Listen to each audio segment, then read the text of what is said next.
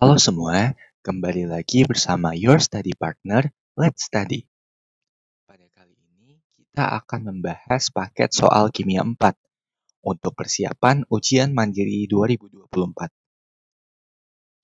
Bahan pembelajaran ini dibiayai oleh donatur Let's Study.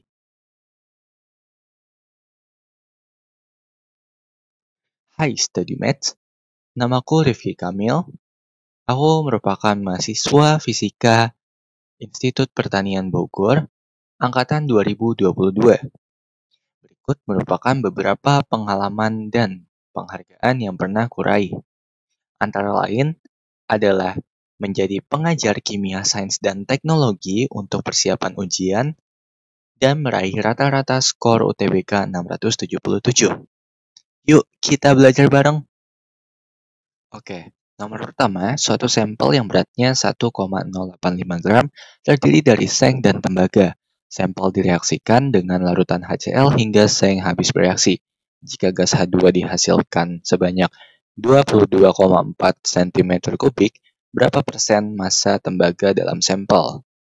Nah, kita bisa kerjakan mula-mula dengan menghitung mol dari gas H2 yang dihasilkan.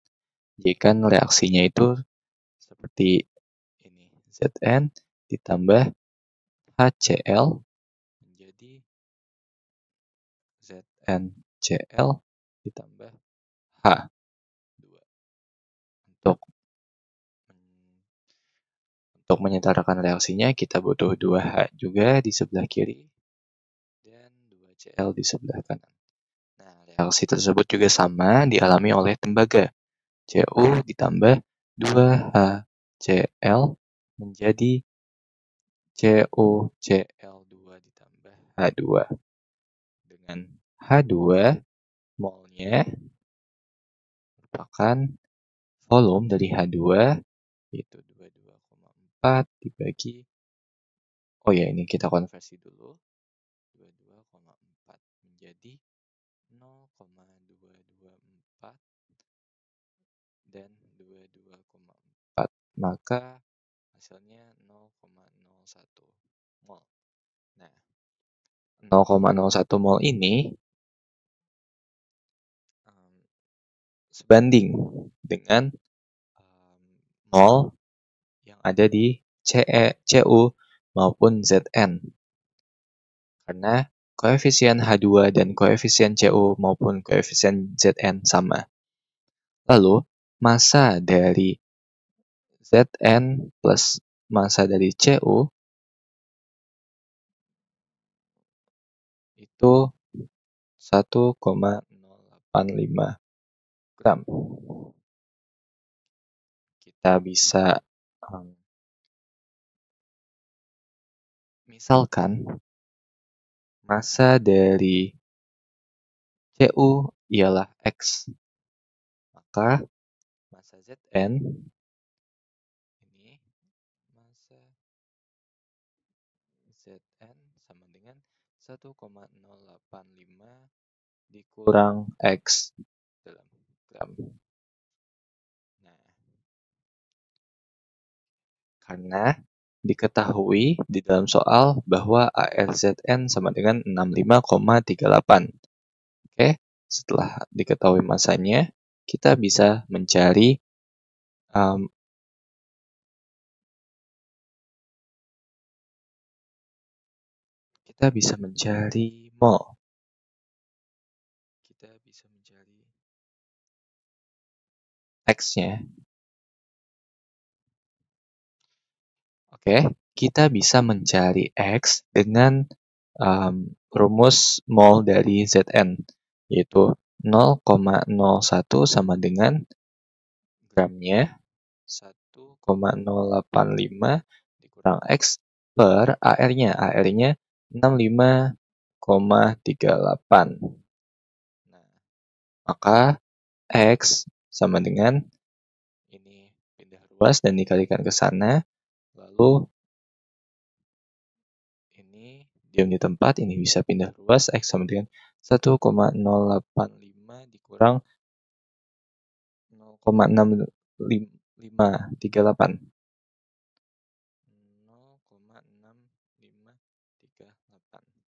maka massa Cu ialah 0,4312 gram. Lalu ditanya berapa persen massa tembaga dalam sampel? Ya, kita langsung perbandingan aja. 0,4312 dibanding 1,085 dikalikan 100%. Hasil yang mendekati ini adalah 39,74. Maka jawabannya yang C. Oke. Jawabannya yang C, 39,74. Lanjut di nomor 2.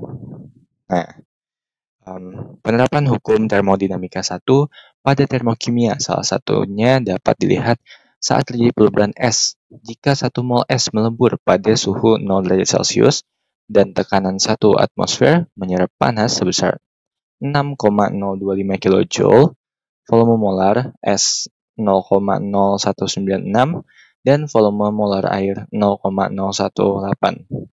Maka besar delta H dan energi dalamnya adalah, kita bisa langsung kerjakan, delta U sama dengan Q plus minus W. Ini juga plus minus. Di mana reaksinya menyerap panas, maka kalorinya masuk 6,025. Ini bisa kita uraikan menjadi P delta V, yang mana P-nya konstan, 1 atmosfer, dan delta V-nya merupakan perubahan dari es ke air. Maka V-nya ini dikurang juga 0,0196 dikurang 0,018. Oke, hasilnya adalah negatif 6,025, tetap kilojoule. Karena ini hasilnya sangat kecil, tidak sebanding dengan kilojoule yang ini, maka pengurangan ini bisa kita abaikan. Jawabannya adalah yang B. Oke, nomor 3, sebanyak 100 ml asam benzoat 0,02 molar direaksikan dengan 100 ml natrium benzoat 0,01 molar, di mana natrium ini merupakan garamnya. Maka pH campurannya adalah, oke, kita tahu bahwa rumus pH merupakan min log dari H plus. Oke, kita bisa cari dulu konsentrasi H plusnya adalah Ka asam dibagi mol garam. Nah, di sini Ka-nya telah diketahui, yaitu 1,8 kali 10 pangkat negatif 4. Lalu mol asamnya bisa kita dapatkan dari 100 ml asam benzoat dikali 0,02 molar. Yang mana ini menjadi 2 milimol. 2 milimol. Lalu garamnya 100 ml dikali 0,01. 1 milimol. Maka hasilnya konsentrasi dari H plusnya adalah 3,6 kali 10 pangkat negatif 4. Maka pH-nya adalah min log 3,6 kali 10 pangkat negatif 4. Hasilnya adalah 4 min log 3,6. Maka jawabannya yang A. Oke, bisa kita cek jawabannya. Ya, jawabannya yang A. Lanjut di nomor 4. Nah, pada penerapan sel volta yang terjadi pada baterai, di mana reaksi kimia untuk menghasilkan listrik ternyata mempunyai dampak serius terhadap lingkungan. Baterai sekunder dianggap lebih ramah lingkungan karena dapat digunakan kembali setelah energinya habis. Manakah di bawah ini yang termasuk baterai sekunder? Ini merupakan soal mengenai pengetahuan umum ya. Jadi teman-teman bisa menghafal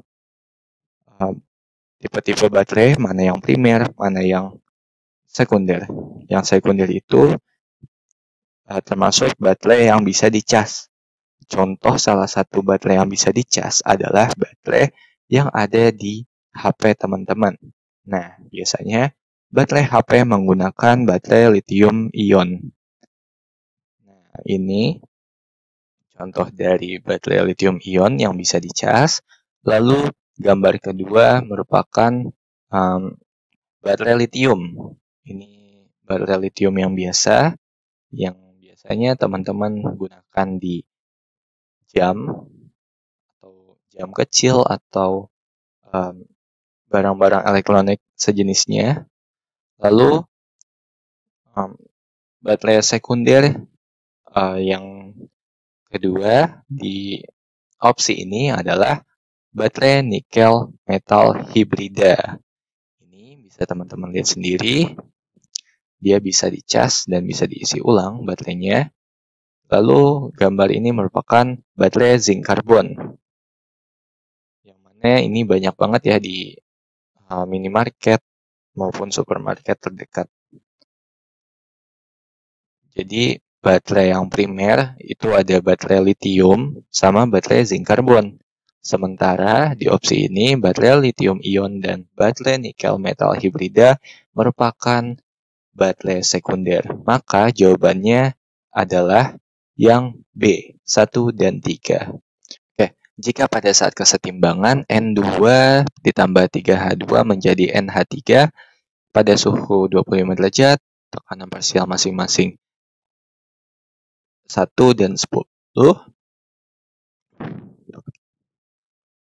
Oke, di sini kita diketahui pada kesetimbangan reaksi pembentukan amonia, tekanan parsial H2-nya 1, tekanan parsial N2-nya 10, maka tekanan total sistem atau tekanan amonianya adalah, di sini juga telah diketahui, Kp-nya 9 kali 10 pangkat 5. Kita tahu bahwa rumus Kp sama dengan tekanan parsial di sebelah kanan, yaitu PNH3 dipangkatkan dengan koefisiennya 2, dibagi dengan tekanan parsial dari N2, koefisiennya 1, dikali dengan tekanan parsial dari H2, koefisiennya 3. Maka di sini bisa langsung substitusi 9 kali 10 pangkat 5 sama dengan ini yang dicari, PNH3 kuadrat dibagi PN2, PN2-nya 10, ini 1 pangkat 3, 1.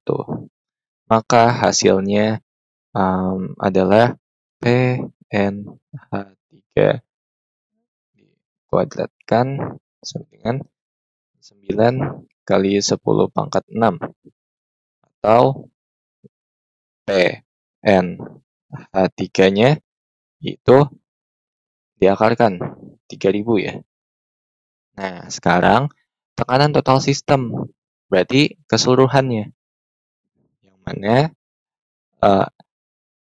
3000 ini NH3, lalu ditambah yang N2-nya 10, lalu ditambah yang H2 1. Maka hasilnya adalah 3011 ATM.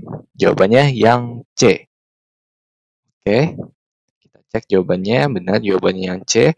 Lanjut ke nomor 6. Di sini ada nitrogen dan hidrogen ditempatkan dalam wadah 5 liter pada 500 derajat Celcius. Saat kesetimbangan tercapai, terdapat 3,10 mol N2, 2,66 mol H2, dan 0,565 mol NH3. Maka KC reaksi pembentukan amonia berikut adalah, nah, di sini kita bisa langsung masukkan ke rumus KC. Rumus KC mirip seperti rumus yang sebelumnya, di mana sekarang konsentrasi dari NH3 atau yang rumus sebelah kanan dikalikan dengan koefisiennya, lalu konsentrasi dari N2 dipangkatkan dengan koefisiennya 1, lalu dikalikan dengan konsentrasi dari H2, koefisiennya 3. Nah, di sini volumenya sama-sama 5 liter, lalu bisa kita substitusi ya. Untuk mencari konsentrasi kan rumusnya itu adalah mol per volume. Oke, mulai dari mol NH3 yaitu 0,565 dibagi 5 dipangkatkan 2 dibagi buat N2 itu 3,1 dibagi 5 dikali ini 2,66 dibagi 5 dipangkatkan 3. Nanti teman-teman bisa hitung hasilnya adalah yang atas 0,0127, yang bawah hasilnya 0,0933. Nah, setelah dihitung, didapat hasilnya ialah 0,14. Jawabannya yang C. Nomor 7. Pada elektrolisis 2 liter larutan CuSO4 dengan elektrode PT, dihasilkan larutan dengan pH 2 log min 5. Jika ArCu adalah 63,5, maka berat endapan Cu di katode adalah. Di sini kita bisa mencari terlebih dahulu mulai dari pH-nya ya. Jadi dalam pH kita bisa dapatkan bahwa mol dari asamnya, mol dari H plusnya ya, itu berapa? Oke. Pertama, H plusnya itu berarti kebalikan dari pH ini ya. H plusnya bisa kita dapatkan 5 kali 10 pangkat negatif 2. Lalu di sini kita bisa dapatkan molnya dari molar dikali dengan V. V-nya 2 ya. Maka mol dari H plus ialah 0,1 mol. Oke. Lalu kita bikin reaksi yang ada di katode dan anode. Di mana reaksi yang ada di katode Cu2 plus ditambah 2E min menjadi Cu. Lalu di anode, yaitu reaksi air H2O menjadi 4H plus ditambah O2 ditambah 4E min. Nah, di sini kita bisa lihat ininya 0,1 dan sebanding dengan mol yang ada pada elektron. Berarti mol elektron juga 0,1 mol. Nah, di dalam dua reaksi ini elektronnya sama-sama memiliki 0,1 mol. Berarti pada reaksi ini kita bisa dapatkan mol Cu. Mol Cu sama dengan ini koefisiennya 1, sedangkan ini koefisiennya 2. Kita bandingkan, berarti 1 banding 2 dikali mol E. Mol E-nya sama 0,1 mol. Maka didapatkan bahwa mol dari Cu ialah 0,05 mol. Nah, kita cari masanya.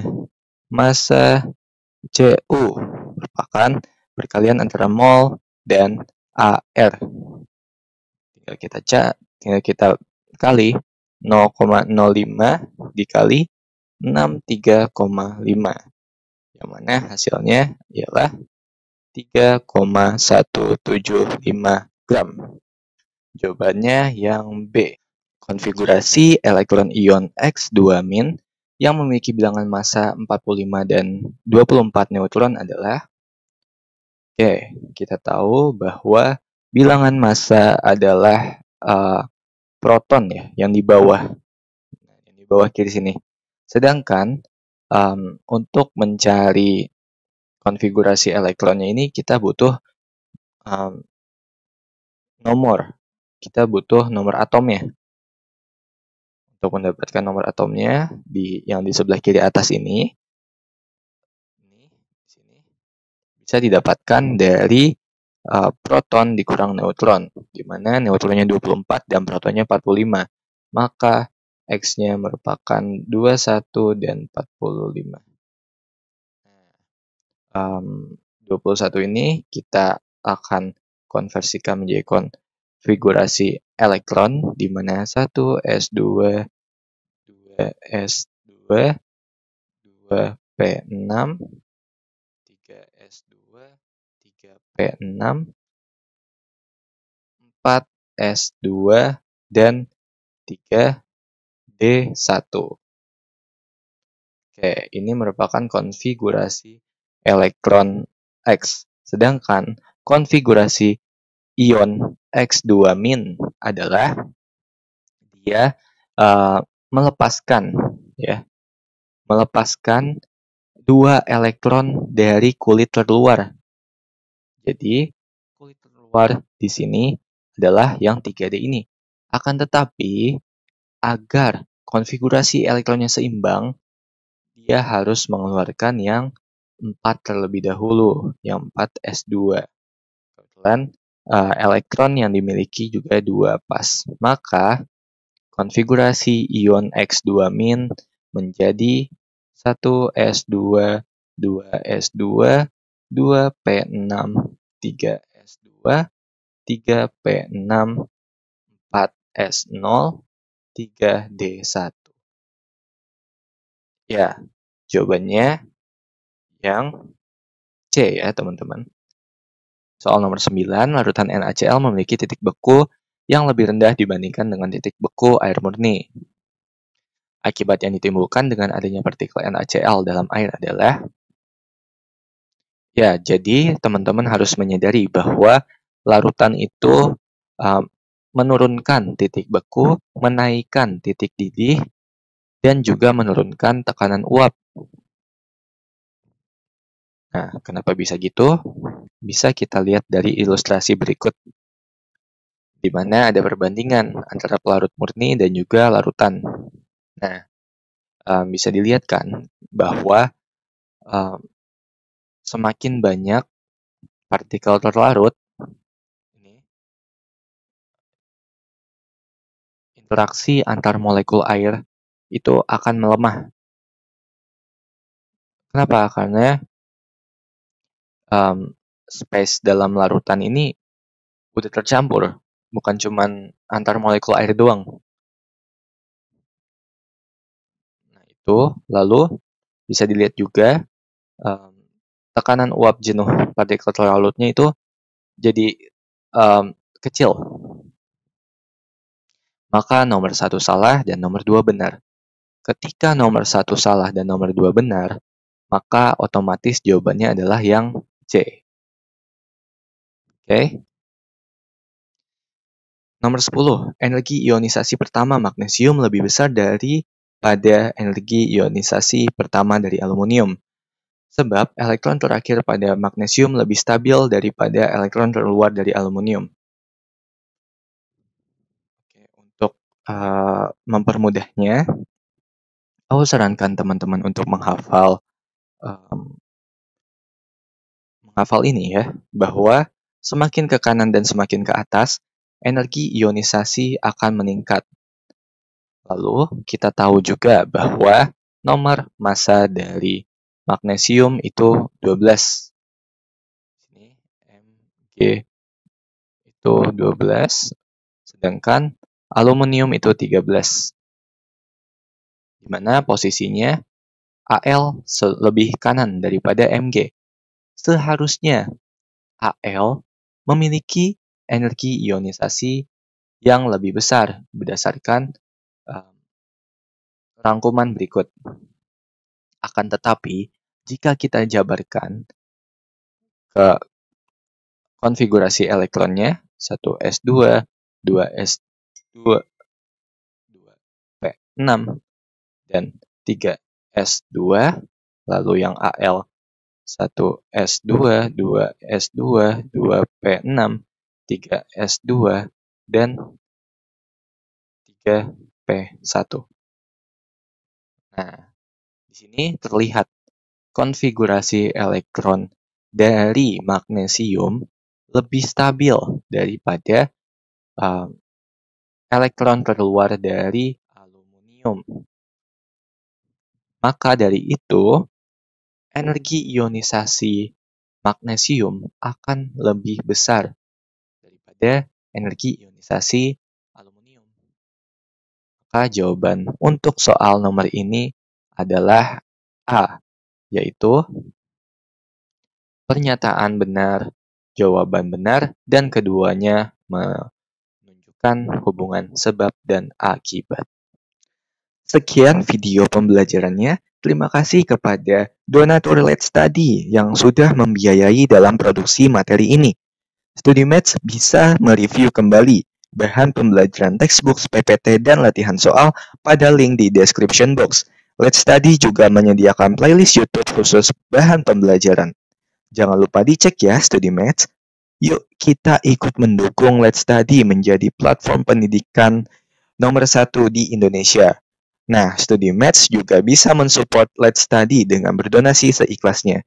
Selain donasi dalam bentuk uang, StudyMaths juga bisa share platform Let's Study kepada teman sekitar atau membagikan info platform Let's Study ke sosial media StudyMaths. Ayo follow akun sosial media Let's Study pada Instagram, Twitter, dan TikTok agar selalu mendapatkan update konten bermanfaat lainnya. Terima kasih, sampai jumpa di video berikutnya. Semangat!